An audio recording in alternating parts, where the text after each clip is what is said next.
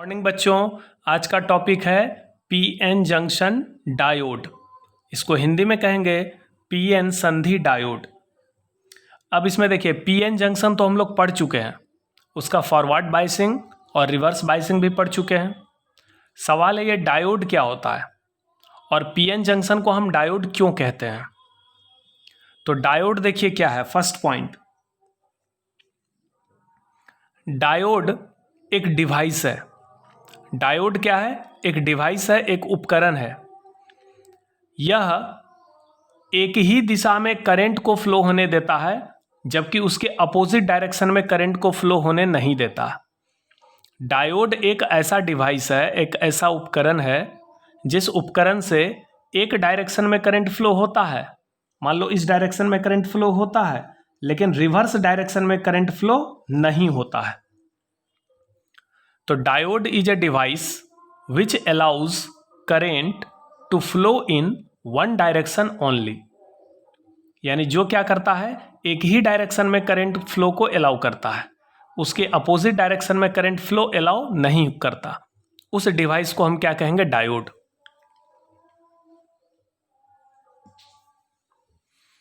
मान लो यह एक डायोड है। यह क्या है? एक डायोड। तो इसको जब हम बैटरी से जोड़ेंगे तो इस डायरेक्शन में करंट फ्लो होगा, लेकिन जब बैटरी के टर्मिनल को हम रिवर्स करेंगे तो इधर से करंट फ्लो नहीं होगा, जबकि होना चाहिए लेकिन नहीं होगा। क्योंकि डायोड का डिफिनेशन है कि डायोड एक ऐसा उपकरण है जिसमें एक ही दिशा में धारा प्रवाह होता है, उसके विपरीत दिशा में धारा प्रवाह संभव नहीं है। सेकेंड पॉइंट देखिए, यह एक रेसिस्टर है R। इस रेसिस्टर को जब हम बैटरी से जोड़ते हैं तो इस डायरेक्शन में करंट फ्लो होता है, लेकिन इसी रेसिस्टर को जब हम बैटरी के टर्मिनल को रिवर्स करके जोड़ते हैं, यहां पर देखिए इधर प्लस है इधर माइनस है, तो करंट इस डायरेक्शन में फ्लो हो रहा है। बैटरी के टर्मिनल को हमने रिवर्स कर दिया, चेंज कर दिया, ये प्लस कर दिया, ये माइनस कर दिया, तो इधर से भी करंट फ्लो हो रहा है। इसका मतलब ये जो रेसिस्टर है, ये रेसिस्टर डायोड नहीं है। क्यों नहीं है डायोड? क्योंकि डायोड का परिभाषा क्या है? What is the definition of A diode? Diode is a device which allows current to flow in one direction only. It does not allow to flow current in opposite direction. Diode एक ऐसा उपकरण है जिसमें एक ही दिशा में धारा प्रवाह होता है, विपरीत दिशा में धारा प्रवाह संभव नहीं है। यहां पर आप देखिए, रेसिस्टर में इधर से भी करंट फ्लो हो सकता है, इधर से भी करंट फ्लो हो सकता है, इसमें दोनों तरफ से करंट फ्लो होता है, इसीलिए रेसिस्टर को हम डायोड नहीं कहेंगे। अब देखते हैं पीएन जंक्शन। ये आपका पीएन जंक्शन है। इस पीएन जंक्शन को जब हम फॉरवर्ड बाइसिंग करते हैं, यानी पी को हम पॉजिटिव से और एन को निगेटिव से कनेक्ट करते हैं, तो एक फॉरवर्ड करंट फ्लो होता है पी से एन की ओर। लेकिन पीएन जंक्शन का जब हम रिवर्स बाइसिंग करते हैं, यानी पी को निगेटिव और एन को पॉजिटिव से कनेक्ट करते हैं, तो एक रिवर्स करंट फ्लो होता है। लेकिन यह करंट इतना कम होता है कि इसको लगभग हम जीरो मान सकते हैं। तो हम कह सकते हैं कि रिवर्स बाइसिंग में कोई करंट फ्लो नहीं होता। इसका मतलब जब भी करंट फ्लो होगा वो पी से एन ही फ्लो होगा, एन से पी फ्लो होगा ही नहीं। एन से पी फ्लो होता है, लेकिन इतना कम होता है कि उसको हम नेग्लिजिबल मानते हैं। तो हम कह सकते हैं ना कि एन से पी फ्लो नहीं होता, यानी केवल पी से एन फ्लो होता। तो इसका मतलब पीएन जंक्शन क्या है? एक डायोड की तरह काम करता है। पीएन जंक्शन एक डायोड की तरह काम करता है। क्यों काम करता है? क्योंकि पीएन जंक्शन का जब हम फॉरवर्ड बाइसिंग करते हैं तो पी से एन करंट फ्लो होता है। फॉरवर्ड बाइसिंग का मतलब होता है कि जब हम पी को हाई वोल्टेज पे रखते हैं, ये आपका हाई वोल्टेज टर्मिनल है बैटरी का और ये आपका लो वोल्टेज है। तो जब हम पी को हाई वोल्टेज पे रखते हैं और एन को लो वोल्टेज पे रखते हैं, याद रखिएगा पी को हाई पे रखना है, एन को लो पे, तो फॉरवर्ड बाइसिंग होगा और करंट फ्लो होगा। लेकिन पी को जब हम लो पे रखेंगे, ये लो वोल्टेज टर्मिनल है, और एन को हाई पे रखेंगे, उल्टा रखेंगे, तब कोई करंट फ्लो नहीं होगा। इसका मतलब ये हुआ कि पीएन जंक्शन एक डायोड की तरह काम करता है। यह क्वेश्चन बराबर एग्जाम में आता है कि पीएन जंक्शन एक डायोड है, कैसे? तो 2 लाइन में इसका जवाब है, पीएन जंक्शन एक डायोड है कैसे। तो पहले आप डायोड का डिफिनेशन दें कि डायोड एक ऐसा डिवाइस है जिसमें एक ही डायरेक्शन में करंट फ्लो होता है, अपोजिट डायरेक्शन में करंट फ्लो नहीं होता। उसके बाद लिखिएगा कि पीएन जंक्शन में केवल पी से एन ही करंट फ्लो होता है फॉरवर्ड बाइसिंग में, लेकिन रिवर्स बाइसिंग में कोई करंट फ्लो नहीं होता। इसीलिए इसमें भी क्या देख रहे हैं, एक ही डायरेक्शन में करंट फ्लो हो सकता है पी से एन की ओर, रिवर्स करंट फ्लो नहीं हो सकता। इसलिए पीएन जंक्शन क्या है, एक डायोड की तरह काम करता है।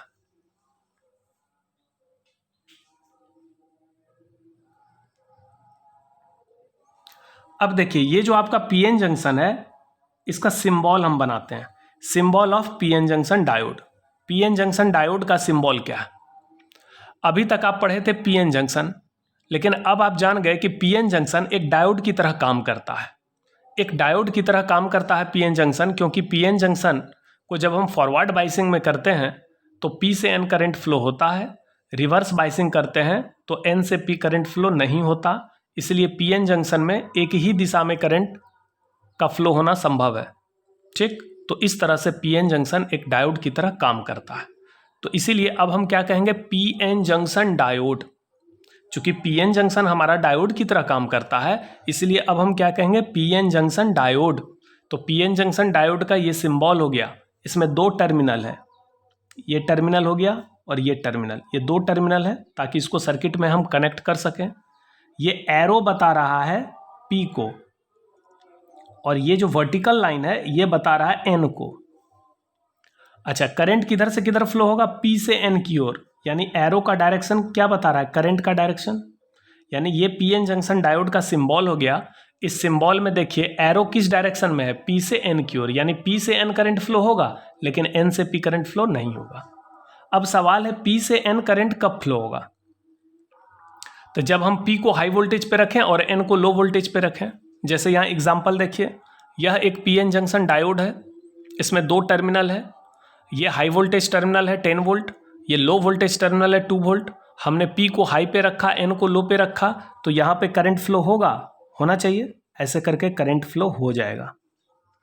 लेकिन अब इस एग्जाम्पल में देखिए, यह भी एक पीएन जंक्शन डायोड है, इसमें भी दो टर्मिनल है, पी को हमने रखा लो वोल्टेज पे और एन को कर दिया हाई पे, तो ये तो रिवर्स बाइसिंग हो गया। तो क्या एन से पी करंट फ्लो होगा? नहीं होगा, इसमें करंट फ्लो नहीं होगा। करंट फ्लो तब होगा जब पी को आप हाई पे रखेंगे, एन को लो पे, तभी ना फॉरवर्ड बाइसिंग होगा। तो ये आपका फॉरवर्ड बाइसिंग है, क्योंकि पी हाई पर है, एन लो पर है, ये आपका फॉरवर्ड बाइसिंग है, इसलिए करंट फ्लो होगा। किधर फ्लो होगा? पी से एन की ओर, यानी जिस डायरेक्शन में ये एरो है उसी डायरेक्शन में करंट फ्लो होगा। यानी इसको हाई पे रखो और इसको लो पे रखो, तभी करंट फ्लो होगा। अगर आपने उल्टा कर दिया, इधर हाई कर दिया इधर लो कर दिया, तो इधर से इधर करंट फ्लो नहीं होगा, नेग्लिजिबल करंट फ्लो होगा, नहीं होगा लगभग। अब यहाँ पर देखिए, यह भी एक पीएन जंक्शन डायोड है। अब ये बताइए, ये फॉरवर्ड बाइसिंग है या रिवर्स बाइसिंग? तो ये पी को हमने हाई पे रखा है, एन को लो पे रखा है, इसका मतलब ये फॉरवर्ड बाइसिंग है, यहाँ पर करंट फ्लो हो जाएगा। तो जब भी करंट फ्लो होगा पी से एन फ्लो होगा, और कब फ्लो होगा? जब पी को हाई पे रखें, एन को लो पे रखें।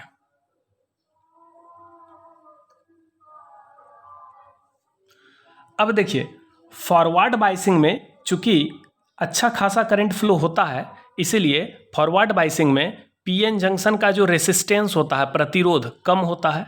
जब धारा प्रवाह ठीक तरीके से होता है, अच्छे से होता है, तो प्रतिरोध कम माना जाता है। लेकिन जब करंट मुश्किल से फ्लो हो या बहुत कम फ्लो हो या नहीं फ्लो हो, तो वहाँ पर रेसिस्टेंस अधिक माना जाता है।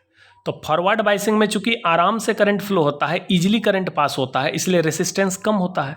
रिवर्स बाइसिंग में चूंकि बहुत कम करंट फ्लो होता है, लगभग नेग्लिजिबल करंट फ्लो होता है, तो इसलिए रिवर्स बाइसिंग में रेसिस्टेंस अधिक होता है। यह भी ऑब्जेक्टिव क्वेश्चन के लिए याद रखिए कि पीएन जंक्शन का प्रतिरोध, ये पीएन जंक्शन है, ये पीएन जंक्शन का जो रेसिस्टेंस है, प्रतिरोध है, वो किस बाइसिंग में अधिक होगा?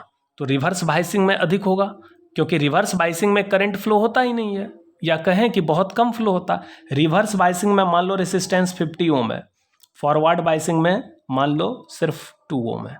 क्यों? क्योंकि फॉरवर्ड बाइसिंग में इजीली करंट पास होता है, तो फॉरवर्ड बाइसिंग में रेसिस्टेंस कम होगा।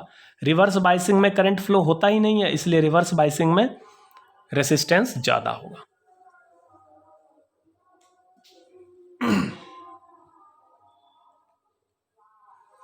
तो अगर आपसे कोई पूछे कि किस बाइसिंग में पीएन जंक्शन डायोड का रेसिस्टेंस अधिक होता है? तो इसका जवाब होगा रिवर्स बायसिंग, क्योंकि रिवर्स बायसिंग में करंट मुश्किल से फ्लो होता है, इसलिए रेसिस्टेंस अधिक होता है। अब देखिए, मान लीजिए किसी घर में एक बैटरी है और बैटरी से क्या जुड़ा हुआ है? इन्वर्टर। ये बैटरी है, ये डीसी बैटरी है। डीसी बैटरी से क्या जुड़ा हुआ है? इन्वर्टर। और उस इन्वर्टर से फिर वायर गया हुआ है कहाँ? घर में। और इस घर में पंखे और बल्ब या जो भी लोड है उसको ये सप्लाई मिल रहा है। तो घर में जो भी लोड है, पंखा है, बल्ब है, टीवी है, या जो भी प्रकार का लोड है, उसको कौन सा वोल्टेज मिलता है? AC voltage. घर के सारे लोड या किसी भी घर में जो सप्लाई होता है वो एसी वोल्टेज का सप्लाई होता है। लेकिन बैटरी कौन सा वोल्टेज देता है? डीसी। तो बैटरी दे रहा है डीसी वोल्टेज, लेकिन घर में चाहिए एसी वोल्टेज। तो जब लाइट नहीं रहता है, जब लाइन कटा हुआ रहता है, तो आप बैटरी से काम चलाते हैं। तो बैटरी के साथ साथ एक इन्वर्टर भी लगाते हैं। इस इन्वर्टर का क्या काम है? ये इन्वर्टर डीसी वोल्टेज को एसी वोल्टेज में कन्वर्ट करता है और फिर वही एसी वोल्टेज आपके घर के लोड को प्राप्त होता है। अगर आपके घर में लाइट आ रहा है, डायरेक्ट लाइट आ रहा है, तो उस समय आप बैटरी को ऑफ रखते हैं, इन्वर्टर को ऑफ रखते हैं और डायरेक्ट आप जो लाइट सप्लाई आ रहा है वो एसी सप्लाई आ रहा है। लेकिन लाइट कट जाने पर बैटरी से काम चलाते हैं, तो बैटरी हमारा है डीसी, लेकिन घर में जो लोड है उसको चाहिए एसी। तो इन्वर्टर क्या करता है? डीसी को एसी में बदलता है। तो याद रखिए, इन्वर्टर का काम है डीसी करंट को एसी करंट में बदलना, यानी डायरेक्ट करंट को अल्टरनेटिंग करंट में बदलना। एक डिवाइस है जिसका नाम है रेक्टिफायर। रेक्टिफायर का काम होता है एसी को डीसी में बदलना। इसको भी याद रखिए। रेक्टिफायर, जैसे इन्वर्टर एक उपकरण है, वैसे ही रेक्टिफायर भी एक उपकरण है, डिवाइस है, जो एसी को डीसी में बदलता है। रेक्टिफायर क्या करता है? एसी को डीसी में बदलता है। रेक्टिफायर को हिंदी में कहते हैं दिष्टकारी। रेक्टिफायर को हिंदी में क्या कहेंगे? दिष्टकारी। तो रेक्टिफायर यानी दिष्टकारी क्या काम करता है? एसी करंट को डीसी करंट में बदलता है या एसी वोल्टेज को डीसी वोल्टेज में बदलता है।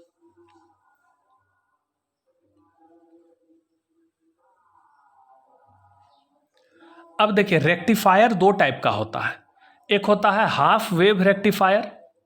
हाफ का मतलब अर्ध, वेव का मतलब तरंग, रेक्टिफायर का मतलब दिष्टकारी। तो इसको कहेंगे अर्ध तरंग दिष्टकारी। फुल का मतलब पूर्ण, वेव का मतलब तरंग, रेक्टिफायर का मतलब दिष्टकारी। इसको कहेंगे पूर्ण तरंग दिष्टकारी। तो रेक्टिफायर दो टाइप का हो गया, half wave, full wave.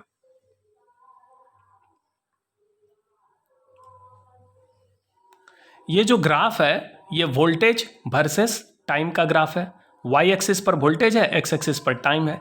Voltage का वैल्यू बढ़ रहा है, फिर घट रहा है, फिर बढ़ रहा है, फिर घट रहा है, लेकिन निगेटिव नहीं हो रहा है। ये सारा वोल्टेज पॉजिटिव है। देख रहे हैं, ग्राफ ऊपर है, ग्राफ नीचे नहीं गया है, मतलब वोल्टेज निगेटिव नहीं हुआ है। इसका मतलब ये जो पॉजिटिव वोल्टेज है ये डीसी वोल्टेज है। एसी वोल्टेज क्या होता है? पॉजिटिव भी होता है, निगेटिव भी होता है, लेकिन डीसी वोल्टेज हमेशा पॉजिटिव रहता है। तो ये आपका कौन सा वोल्टेज है? DC voltage. लेकिन यह डीसी वोल्टेज चेंज हो रहा है, बढ़ रहा है, घट रहा है, बढ़ रहा है, घट रहा है। इसलिए इस डीसी वोल्टेज को फ्लक्चुएटिंग डीसी वोल्टेज या पल्सेटिंग डीसी वोल्टेज कहते हैं, या इसको अनरेगुलेटेड डीसी वोल्टेज भी कहते हैं। अनरेगुलेटेड हिंदी में कहते हैं अनियंत्रित, अनियंत्रित डीसी वोल्टता। तो what do you mean by unregulated DC voltage? The unregulated DC voltage means the DC voltage which keeps on changing its value is called unregulated. वैसा DC वोल्टेज जो अपना मान बदलते रहता है, फ्लक्चुएट करते रहता है, पल्सेट करते रहता है, उसको हम अनरेगुलेटेड DC वोल्टेज कहते हैं। अच्छा, रेगुलेटेड डीसी वोल्टेज किसको कहेंगे? वैसा डीसी वोल्टेज जो फ्लक्चुएट ना करता हो, यानी जिसका वैल्यू कांस्टेंट रहता हो। जैसे आप देख लो, ये वाला जो डीसी वोल्टेज है ये रेगुलेटेड डीसी वोल्टेज है। डीसी वोल्टेज की वैल्यू 5 वोल्ट है। ये रेगुलेटेड डीसी वोल्टेज है। यहां पर देखिए 5 वोल्ट है, यहां पर भी 5 वोल्ट, 5 वोल्ट, 5 वोल्ट। ये किसी भी समय 5 वोल्ट ही है, यानी ये कांस्टेंट है। तो इसको हम कहेंगे रेगुलेटेड डीसी वोल्टेज, यानी इसको कहेंगे नियंत्रित डीसी वोल्टता। तो रेगुलेटेड डीसी वोल्टेज का मतलब हो गया constant DC voltage, unregulated DC voltage का मतलब हो गया फ्लक्चुएटिंग डीसी वोल्टेज। पर ये डीसी वोल्टेज है, ध्यान दीजिएगा।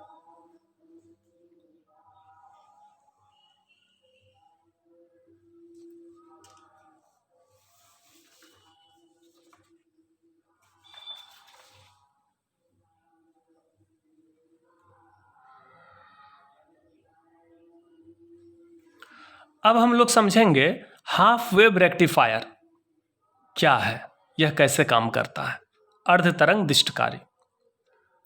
तो इस सर्किट को देखिए, यहां पर एक पीएन जंक्शन डायोड है, यहां पर लोड रेसिस्टेंस है, कोई बल्ब वगैरह है, कोई भी लोड है, और यह एसी वोल्टेज सोर्स है। ध्यान से देखिएगा, यह एसी वोल्टेज सोर्स है। ठीक, तो ये जो ग्राफ है, ये देखिए एसी वोल्टेज का ग्राफ है। एसी वोल्टेज इसी तरह का होता है, इस तरह से, positive half cycle, negative half cycle, इस तरह का होता है एसी वोल्टेज। यहां पर देखिए V वोल्टेज है और T टाइम है, और ये जो ग्राफ है ये एसी वोल्टेज का ग्राफ है। ठीक है, ये पॉजिटिव हाफ साइकिल है, ये नेगेटिव हाफ साइकिल है, ये पॉजिटिव हाफ साइकिल है, नेगेटिव हाफ साइकिल है। अब जरा सोचिए, अगर ये एसी वोल्टेज सोर्स है तो इस लोड से जो करंट फ्लो होगा वो एसी करंट होना चाहिए। निश्चित रूप से अगर हम किसी लोड को, किसी बल्ब को या किसी पंखे को एसी वोल्टेज सोर्स से जोड़ेंगे तो उस पंखा से या उस लोड से एसी करंट फ्लो होना चाहिए, लेकिन यहाँ पर इस लोड से डीसी करंट फ्लो होगा। जरा सोचिए क्यों? क्योंकि यहाँ पर एक पीएन जंक्शन डायोड जुड़ा हुआ है। यह पीएन जंक्शन डायोड कैसे इस एसी को डीसी में बदलेगा, जरा देखिए। मान लीजिए एसी वोल्टेज का वैल्यू पॉजिटिव है, ठीक है, और मान लीजिए किसी समय एसी वोल्टेज का वैल्यू 1 वोल्ट है, क्योंकि एसी वोल्टेज का वैल्यू बढ़ रहा है, फिर मैक्सिमम हुआ, फिर घट रहा है, फिर इसका डायरेक्शन चेंज हो गया, फिर बढ़ रहा है, फिर मैक्सिमम हुआ, फिर घट रहा है। इस तरह से एसी वोल्टेज लगातार अपना मान भी बदलता है और अपना दिशा यानी पोलैरिटी भी बदलता है। तो मान लीजिए किसी समय एसी वोल्टेज का वैल्यू 1 वोल्ट है। कितना वोल्ट है? 1 वोल्ट। इसका मतलब ये हुआ कि ये टर्मिनल 1 वोल्ट पे है और ये टर्मिनल 0 वोल्ट पे है। यही हुआ 1 वोल्ट का मतलब, क्योंकि यहां पर पोटेंशियल डिफरेंस 1 वोल्ट है, प्लस 1 वोल्ट है। इसका मतलब ये 1 वोल्ट पे होगा, ये 0 वोल्ट पे होगा। तो जब ये 1 वोल्ट पे होगा तो इसका मतलब यहां पर भी 1 वोल्ट होगा, और ये 0 वोल्ट पे होगा, इसका मतलब ये 0 0 0 0, यहां पर 0। इसका मतलब ये देखो, ये जो आपका P टर्मिनल है ये हाई वोल्टेज पे चला गया 1 वोल्ट पे, और ये जो N वाला टर्मिनल है ये कहाँ चला गया? लो वोल्टेज पे। तो ये तो फॉरवर्ड बायस हो गया, तो इससे करंट फ्लो होगा, थोड़ा सा करंट फ्लो होगा, क्योंकि एक ही वोल्ट है, तो थोड़ा सा करंट यहां पर फ्लो हो गया। फिर जैसे ही वोल्टेज का वैल्यू बढ़कर 2 वोल्ट हो गया, 2 वोल्ट, तो इसका मतलब ये 2 वोल्ट हो जाएगा और ये 0 वोल्ट हो जाएगा। तो 2 वोल्ट हुआ तो फिर ये 2 वोल्ट पे चला गया ये वाला P टर्मिनल, और ये N वाला कहाँ चला गया? 0 पे।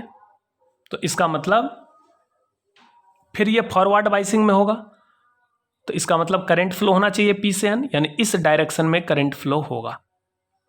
ये जो डायरेक्शन है इसको हम पॉजिटिव डायरेक्शन मान लेते हैं, ये क्लॉकवाइज है, तो यहां पर करंट फ्लो होगा। चूंकि वोल्टेज 2 वोल्ट हो गया तो करंट भी बढ़ जाएगा। फिर आप देखिए वोल्टेज घट के हो गया 1 वोल्ट, तो करंट घट जाएगा। फिर वोल्टेज हो गया 0, तो करंट 0 हो जाएगा। यानी करंट फ्लो होगा, कहां से करंट फ्लो होगा? इस लोड से। किस डायरेक्शन में? इस डायरेक्शन में।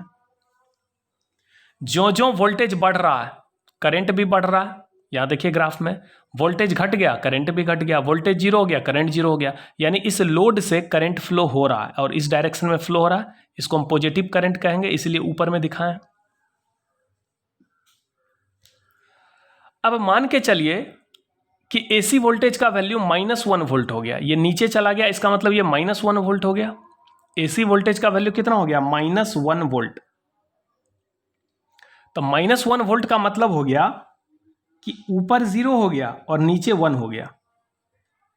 -1 का मतलब हो गया कि इसका पोलैरिटी चेंज हो गया, क्योंकि एसी वोल्टेज अपना पोलैरिटी हर आधे टाइम पीरियड पे चेंज करता है। ये यहां से यहां तक जो टाइम लगता है इसको हाफ टाइम पीरियड कहते हैं, और यहाँ से यहाँ जो टाइम लगता है इसको फुल टाइम पीरियड कहते हैं। तो हर आधे टाइम पीरियड पर यह अपना पोलैरिटी बदलता है। तो जो प्लस था वो माइनस होगा और जो माइनस था वो प्लस हो जाएगा। अब ये -1 वोल्ट का मतलब हो गया कि ये 1 वोल्ट हो गया, वो 0। इसका मतलब ये 1 वोल्ट हो गया, समझिएगा, ये 1 वोल्ट हो गया। इसका मतलब ये N वाला चला गया 1 पे और P वाला चला गया 0 पे। तो ये तो रिवर्स बायस हो गया। रिवर्स बायस हुआ कि नहीं? रिवर्स बायस में क्या होता है, N हाई पे चला जाता है और P लो पे। जबकि फॉरवर्ड बायस में देखिए करंट तभी फ्लो होगा, करंट हमेशा इसी डायरेक्शन में फ्लो होगा, अपोजिट डायरेक्शन में करंट फ्लो नहीं होगा। और करंट इस डायरेक्शन में कब फ्लो होगा, जब ये हाई पर होगा। लेकिन अभी देखिए ये लो पे चला गया, ये 0 पे चला गया और इधर से ये हाई पे चला गया 1 पे। तो क्या उल्टा करंट इधर फ्लो होगा? होना तो चाहिए। बहुत कम करंट फ्लो होगा, रिवर्स करंट, जो कि नेग्लिजिबल होगा, हम 0 मानेंगे उसको।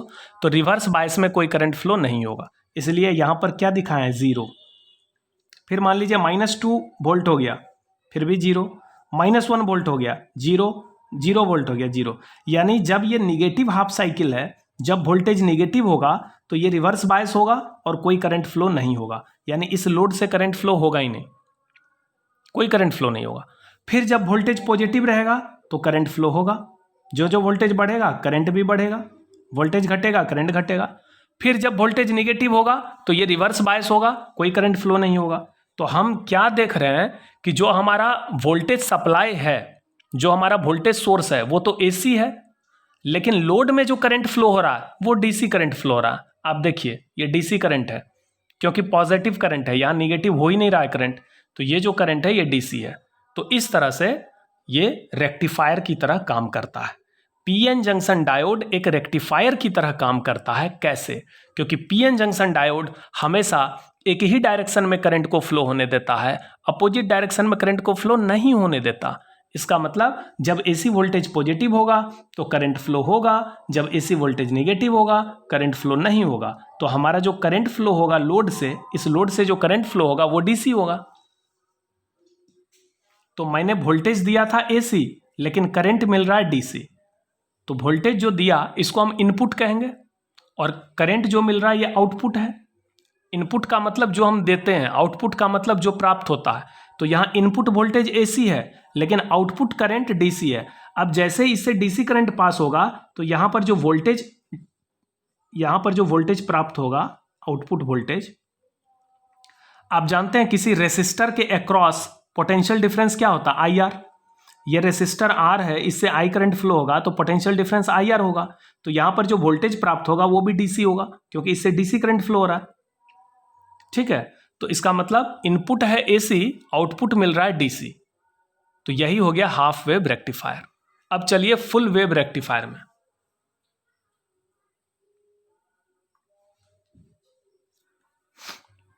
यहां पर देखिए एक ट्रांसफार्मर है, आपको मैंने पढ़ाया था ट्रांसफार्मर, उसमें 2 वाइंडिंग होता है, ये प्राइमरी वाइंडिंग है, ये सेकेंडरी वाइंडिंग है। ठीक है, ट्रांसफार्मर के प्राइमरी वाइंडिंग को मैंने किससे कनेक्ट कर दिया, एसी वोल्टेज सोर्स से। और ट्रांसफार्मर का जो सेकेंडरी वाइंडिंग है, ऊपर में एक डायोड है D1 और नीचे में एक दूसरा पीएन जंक्शन डायोड है D2। यानी यहां पर 2 पीएन जंक्शन डायोड का इस्तेमाल हुआ, एक D1 हो गया फर्स्ट डायोड, D2 हो गया सेकेंड डायोड। और यहां पर ये जो सेकेंडरी वाइंडिंग है, सेकेंडरी कॉइल है, इस सेकेंडरी कॉइल के ठीक बीच से एक वायर लिया गया, इसको कहते हैं टैप करना। टैप करना, what do you mean by tapping? Tapping किसे कहते हैं? ये जो वाइंडिंग है, इस वाइंडिंग के ठीक बीच से एक वायर मैंने जोड़ के यहाँ पे लोड कनेक्ट किया है, देखते हैं आरएल। आरएल का मतलब लोड रेसिस्टेंस, तो इसको कहते हैं टैप करना। तो ये जो ट्रांसफार्मर है जिसका ये प्राइमरी और सेकेंडरी वाइंडिंग है, इसमें मैंने कहाँ से टैपिंग किया, बीचों बीच टैपिंग किया, इसलिए इस ट्रांसफार्मर को हम कहेंगे centre tap transformer. Centre tap transformer, what do you mean by centre tap transformer? एक ऐसा ट्रांसफार्मर जिसके सेकेंडरी वाइंडिंग में टैपिंग किया गया हो सेंटर से। ये देखिए ट्रांसफार्मर है, इसका ये सेकेंडरी वाइंडिंग है और यहां से मैंने टैपिंग किया, मतलब यहां से मैंने एक एक्स्ट्रा वायर लेके लोड को जोड़ दिया। अब देखिए जो मेरा इनपुट सप्लाई है ये तो एसी वोल्टेज है और एसी वोल्टेज का ये ग्राफ है। ये इनपुट एसी वोल्टेज है, ठीक। ये पॉजिटिव हाफ साइकिल है, ये नेगेटिव हाफ साइकिल है। अब देखिए यहां पर अगर एसी वोल्टेज आ रहा है तो यहां पर भी एसी वोल्टेज इंड्यूस होगा। आपने ट्रांसफार्मर में क्या पढ़ा था कि यहां पर कौन सा वोल्टेज इंड्यूस होता है, सेल्फ इंड्यूस्ड ईएमएफ, और यहां पे कौन सा ईएमएफ आता है, म्यूचुअली इंड्यूस्ड ईएमएफ। तो अगर यहां पर एसी वोल्टेज आ रहा है तो यहां पर भी एसी वोल्टेज आएगा। तो मान लीजिए एसी वोल्टेज की वैल्यू है, मान लीजिए यहां पर एसी वोल्टेज है 2 वोल्ट। तो 2 वोल्ट एसी है और +2 है या -2, तो +2 वोल्ट है।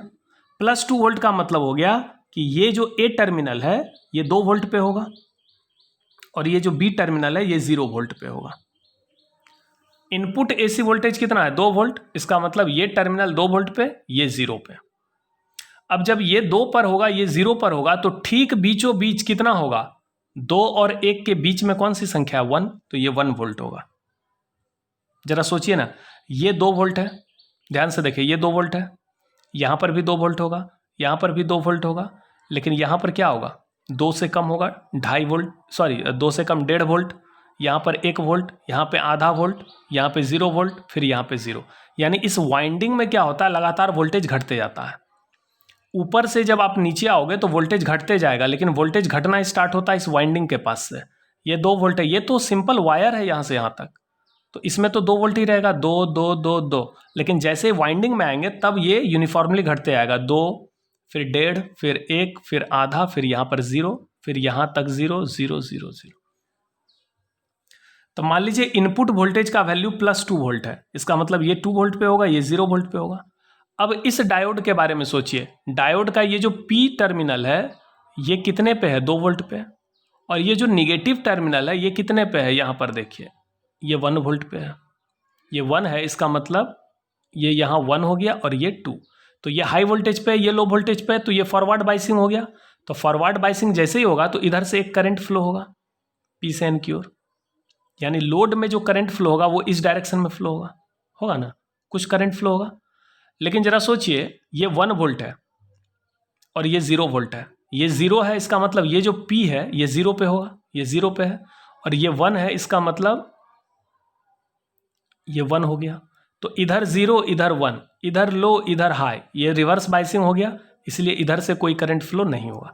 इसका मतलब क्या हो गया कि जब वोल्टेज पॉजिटिव रहेगा तो ये फॉरवर्ड बायस होगा, ये रिवर्स बायस होगा, इधर से करंट फ्लो होगा, इधर से कोई करंट फ्लो नहीं होगा। तो इधर से करंट फ्लो होगा, इसका मतलब लोड से एक करंट फ्लो होगा, कुछ ना कुछ करंट फ्लो होगा। तो मान लीजिए 2 एम्पियर का करंट फ्लो हुआ। अब मान लीजिए वोल्टेज का वैल्यू 4 वोल्ट हो गया, 4 वोल्ट हो गया। तो जैसे ही वोल्टेज 4 वोल्ट होगा तो ये हो गया 4, बीच में हो गया 2, और यहां कितना हो गया 0। अब देखिए ये 4 वोल्ट है और ये 2 वोल्ट है, इसका मतलब ये 2 वोल्ट हो गया, इधर 4 इधर 2, ये फॉरवर्ड बायस होगा, करंट इससे फ्लो होगा इस डायरेक्शन में। लेकिन ये रिवर्स बायस होगा क्योंकि ये 0 है और ये 2 है, मतलब इधर 2 है, इधर 0 है, इधर 2 है, तो ये रिवर्स बायस में चला गया, इधर से कोई करंट फ्लो नहीं होगा। तो फिर एक लोड से क्या हो रहा है, करंट पास हो रहा है। फिर मान लीजिए घट के हुआ 2 वोल्ट,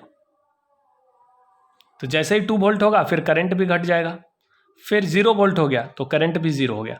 इसका मतलब पॉजिटिव हाफ साइकिल के लिए, पॉजिटिव वोल्टेज के लिए ये फॉरवर्ड बायस होगा और ये रिवर्स बायस होगा, यानी लोड में करंट इस डायरेक्शन में फ्लो होगा। अब देखते हैं निगेटिव हाफ साइकिल के लिए। मान लीजिए वोल्टेज -1 वोल्ट है, वोल्टेज कितना है, -1 वोल्ट, तो -2 वोल्ट है। तो -2 वोल्ट का मतलब हो गया कि अब ये 0 पर होगा, ए टर्मिनल कितने पे होगा, 0, क्योंकि पॉलरिटी चेंज हो गया, निगेटिव वोल्टेज आ गया, तो ऊपर अब 0 हो जाएगा और नीचे हो जाएगा 2 वोल्ट। तो जब नीचे 2 वोल्ट होगा तो ये बीच में 1 वोल्ट होगा। अब देखिए क्या हुआ, अब कहानी उल्टा हो गया। अब ये देखिए 0 वोल्ट पे है और ये वाला जो एन टर्मिनल है वो 1 वोल्ट पे है, तो ये रिवर्स बायस में चला गया। रिवर्स बायस समझ रहे हैं ना, क्यों, क्योंकि पी चला गया लो वोल्टेज पे और एन हो गया हाई, 1 पे चला गया। अब ये देखिए नीचे वाला डायोड,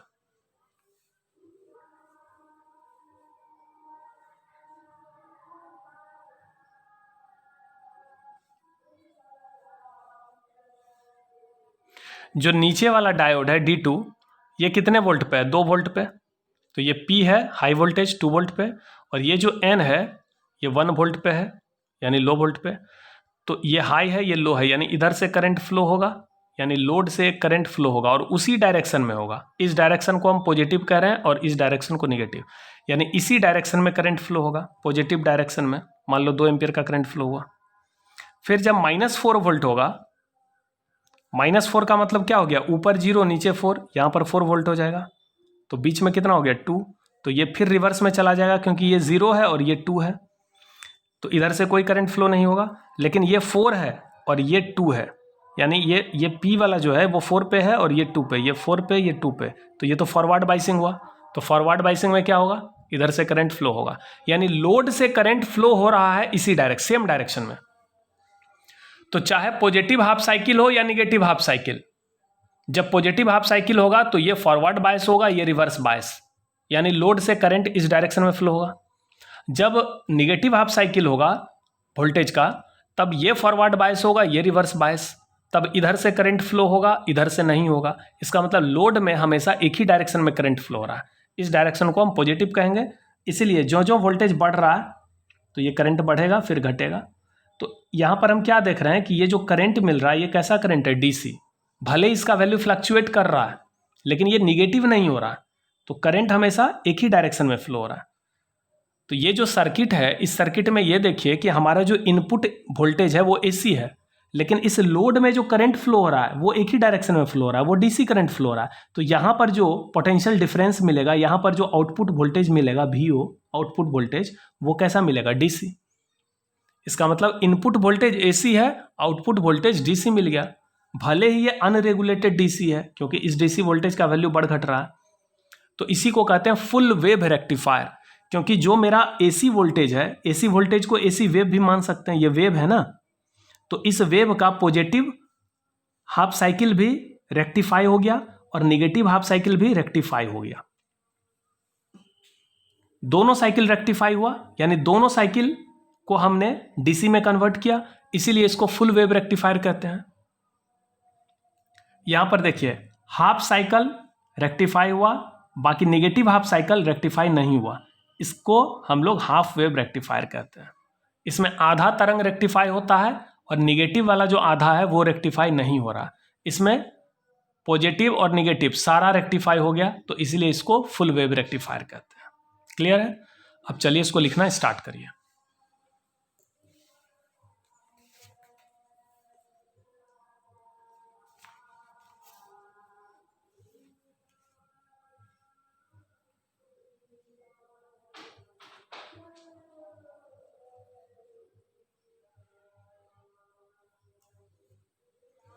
यहां से टॉपिक स्टार्ट है PN जंक्शन डायोड, यहां से लिखना स्टार्ट करिए।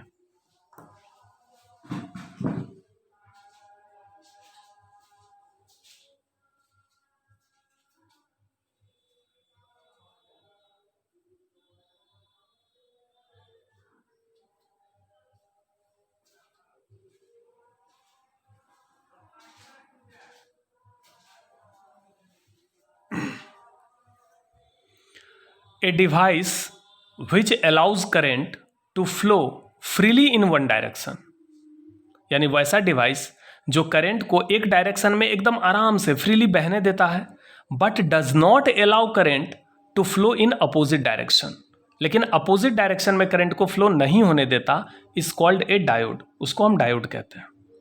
सो a PN junction acts as a diode, PN junction एक डायोड की तरह काम करता है।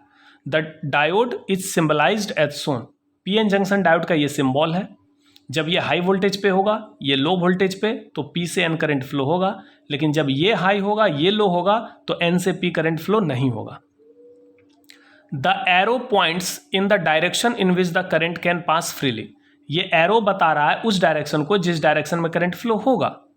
सो arrow points from P side to N side, तो एरो P से N की ओर पॉइंट कर रहा है, एरो का जो डायरेक्शन है वो P से N की ओर है। नोट दैट द फॉरवर्ड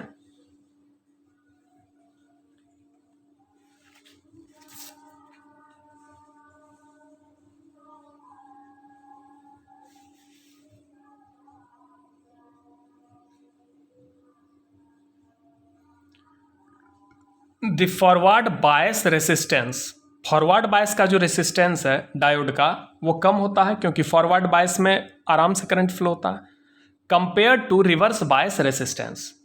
तो फॉरवर्ड बायस रेसिस्टेंस कम होता है और रिवर्स बायस रेसिस्टेंस अधिक होता है, क्योंकि रिवर्स बायस में करंट बड़ी मुश्किल से फ्लो होता है या नहीं फ्लो होता है, इसलिए रिवर्स बायस का रेसिस्टेंस अधिक होता है। This property is used for rectification of AC voltage. तो पीएन जंक्शन डायोड में क्या गुण है, क्या प्रॉपर्टी है कि यह एक डायरेक्शन में करंट को फ्लो होने देता है, यानी पी से एन करंट फ्लो होता है लेकिन एन से पी करंट फ्लो नहीं होता। इस प्रॉपर्टी का इस्तेमाल हम लोग एसी वोल्टेज को रेक्टिफाई करने में करते हैं। ये जो टॉपिक है डायनेमिक रेसिस्टेंस, ये आपके सिलेबस में नहीं है, इसलिए इसको नहीं लिखना है। नेक्स्ट टॉपिक लिखिए PN junction diode as rectifier. यहां से लिखना है PN junction diode as rectifier. A device which converts an alternating current into a direct current is called a rectifier. Rectifier एक ऐसा डिवाइस है जो एसी करंट को डीसी करंट में बदलता है। A PN junction diode can be used as a rectifier because it permits current in one direction only. एक PN junction diode को हम रेक्टिफायर की तरह इस्तेमाल कर सकते हैं क्योंकि यह एक ही डायरेक्शन में करंट को फ्लो होने देता है। It can be used both as a half wave rectifier and a full wave rectifier. इसका इस्तेमाल दोनों तरह हो सकता है, हाफ वेव रेक्टिफायर की तरह भी, फुल वेव रेक्टिफायर की तरह भी।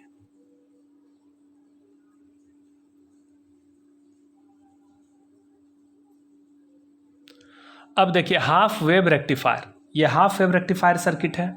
ये एसी वोल्टेज है इनपुट, ये इनपुट वोल्टेज एसी है, जबकि इस लोड में जो करंट फ्लो हो रहा है यानी आउटपुट करंट वो डीसी है। तो यानी आउटपुट वोल्टेज भी क्या मिलेगा, डीसी मिलेगा। The half wave rectifier circuit is shown. Half wave rectifier circuit को दिखाया गया यहां पर। When the voltage at A is positive, जब यहां पर पॉजिटिव वोल्टेज होगा, the diode is forward biased, यानी जब यहां पर पॉजिटिव होगा, चूंकि एसी वोल्टेज का पॉलरिटी बदलता है। देखते हैं अभी पॉलरिटी क्या, पॉजिटिव, फिर पॉलरिटी क्या होगा, निगेटिव। तो जब वोल्टेज पॉजिटिव होगा तो ये वाला टर्मिनल पॉजिटिव होगा, ये निगेटिव, इसका मतलब ये हाई वोल्टेज पर होगा, और इधर वाला ये लो पर होगा, यानी ये फॉरवर्ड बायस होगा, यानी करंट फ्लो होगा। लेकिन जब ये निगेटिव होगा, ये पॉजिटिव, तो फिर मामला उल्टा होगा, ये रिवर्स बायस होगा, कोई करंट फ्लो नहीं होगा। When voltage at A is positive, the diode is forward biased and it conducts, इसलिए उससे करंट फ्लो होगा। When A is negative, the diode is reverse biased and it does not conduct। तो A जब negative होगा, कब negative होगा, जब voltage negative होगा, तो ये 0 वोल्ट पे चला जाएगा, ये 2 वोल्ट पे, इसका मतलब ये निगेटिव हो गया इसके रिस्पेक्ट में। अब मान लो ये 0 है, ये 2 है, इसका मतलब ये निगेटिव हो गया ना इसके रिस्पेक्ट में, इससे 2 वोल्ट कम हो गया। देखिए +2 वोल्ट का मतलब हो गया ये 2 वोल्ट पे है, ये 0 वोल्ट पे है, यानी ये फॉरवर्ड बायस है, करंट फ्लो होगा। -2 वोल्ट का मतलब हो गया ये 2 वोल्ट पे है, वो 0 वोल्ट पे है, तो रिवर्स बायस हो गया, कोई करंट फ्लो नहीं होगा। The diode is reverse biased and it does not conduct, hence the output current is DC. इसलिए जो हमको आउटपुट करंट मिल रहा है वो डीसी मिल रहा है। It is pulsating in nature, और इसका नेचर कैसा है, पल्सेटिंग है, यानी ये चेंजिंग है, लगातार चेंज हो रहा है। तो ये था हाफ वेव रेक्टिफायर। यह एग्जाम में आता है, शॉर्ट में भी आ सकता है, लॉन्ग में भी आ सकता है। लॉन्ग में आएगा तो हो सकता है इस तरह से पूछे, explain half wave rectifier circuit of A PN junction diode. तो हाफ वेव रेक्टिफायर सर्किट को एक्सप्लेन करिए, तो पूरा एक्सप्लेनेशन देना होगा। अगर शॉर्ट में आएगा तो जस्ट डायग्राम खींच के लिख दीजिएगा कि इस तरह से जो इनपुट है वो एसी वोल्टेज है, जो आउटपुट वोल्टेज है वो डीसी है, क्योंकि आउटपुट करंट डीसी है।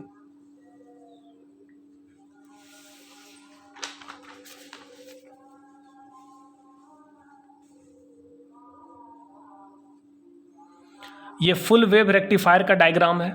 यहाँ पर 2 डायोड का इस्तेमाल हुआ है। ये सेंटर टैप ट्रांसफार्मर है।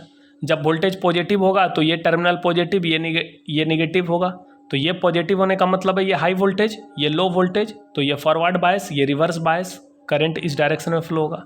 लेकिन जब निगेटिव वोल्टेज होगा तो ये फॉरवर्ड बायस होगा, क्योंकि मान लो निगेटिव में हो गया, मान लीजिए वोल्टेज -2 वोल्ट हो गया, तो इसका मतलब ये 2 पे होगा, वो 0 पे, तो ये 2 पे होगा, तो ये फॉरवर्ड बायस होगा, वो ज़ीरो पे होगा तो वो रिवर्स होगा, इधर से करंट फ्लो होगा। यानी हर हाल में इस लोड से करंट पास होगा, चाहे वोल्टेज पॉजिटिव हो या निगेटिव, इस लोड से एक ही डायरेक्शन में हर बार करंट फ्लो होगा। तो इस तरह से ये आउटपुट करंट मिल रहा है।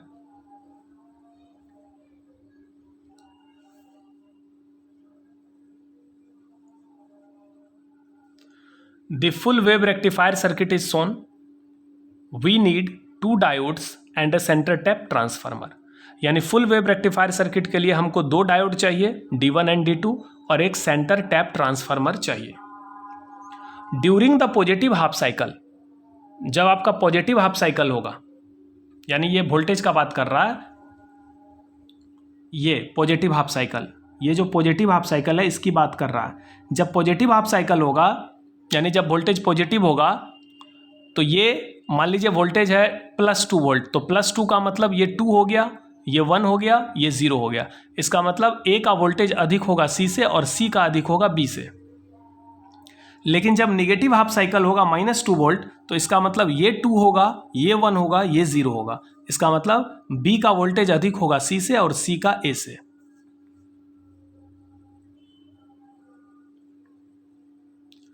During positive half cycle, A is positive and B is negative with respect to C, because A का पोटेंशियल अधिक होगा C से और C का अधिक होगा B से। सो D1 कंडक्ट्स, इसलिए D1 से करंट फ्लो होगा क्योंकि वो फॉरवर्ड बायस में होगा। But D2 does not conduct, लेकिन D2 से करंट फ्लो नहीं होगा क्योंकि ये रिवर्स बायस में होगा। So path of current is ADEC, इसलिए करंट का जो पाथ होगा A, ये D नहीं है, D1 है, AD1EC। करंट का जो डायरेक्शन होगा वो इस तरह से फ्लो होगा, AD1EC, ऐसे करके करंट फ्लो होगा।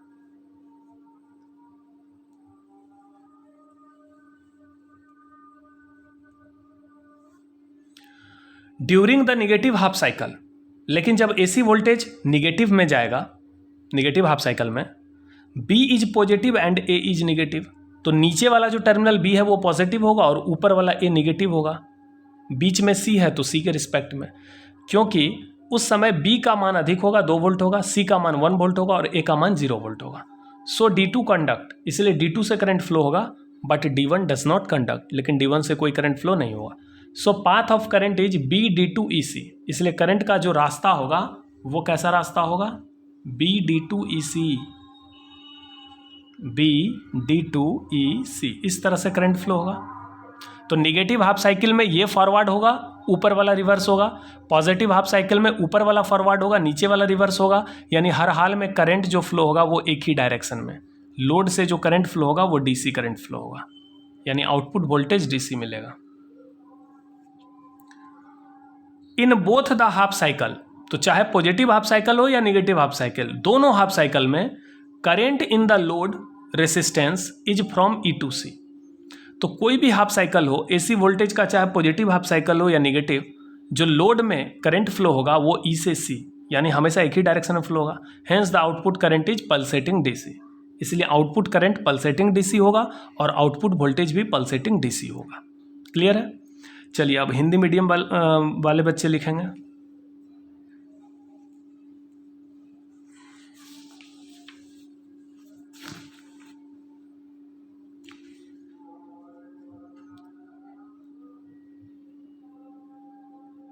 यहां से लिखिए PN संधि डायोड।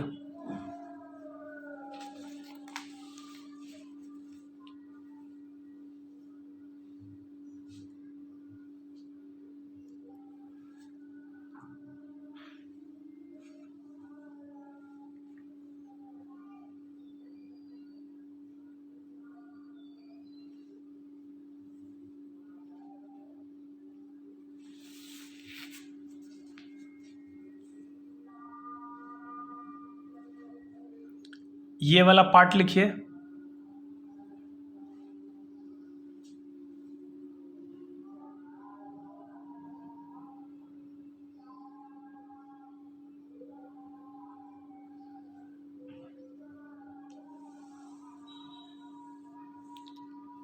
ये जो टॉपिक है डायनेमिक रेसिस्टेंस, ये आउट ऑफ सिलेबस है, इसको नहीं लिखना है। यहां से लिखिए PN junction diode as a rectifier.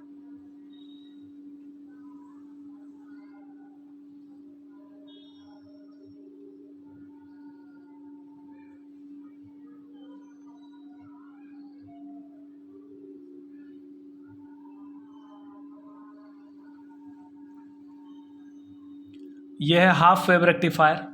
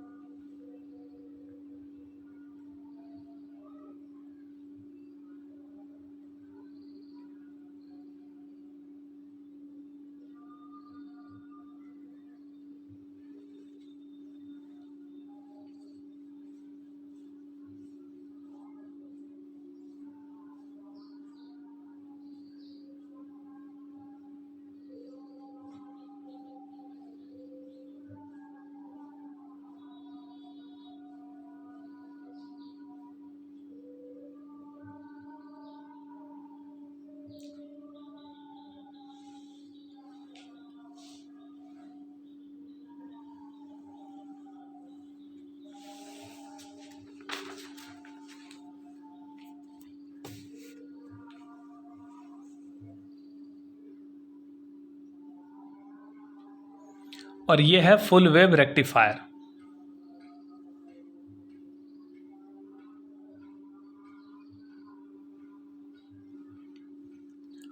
R L का मतलब होता है लोड रेसिस्टेंस, यानी लोड प्रतिरोध।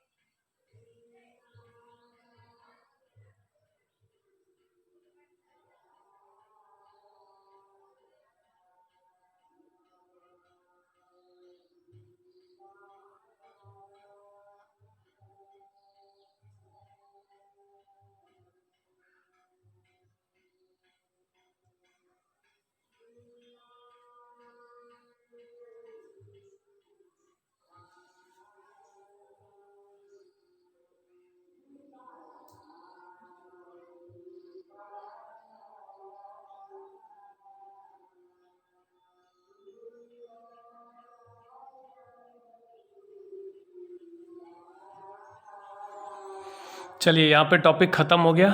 Thank you.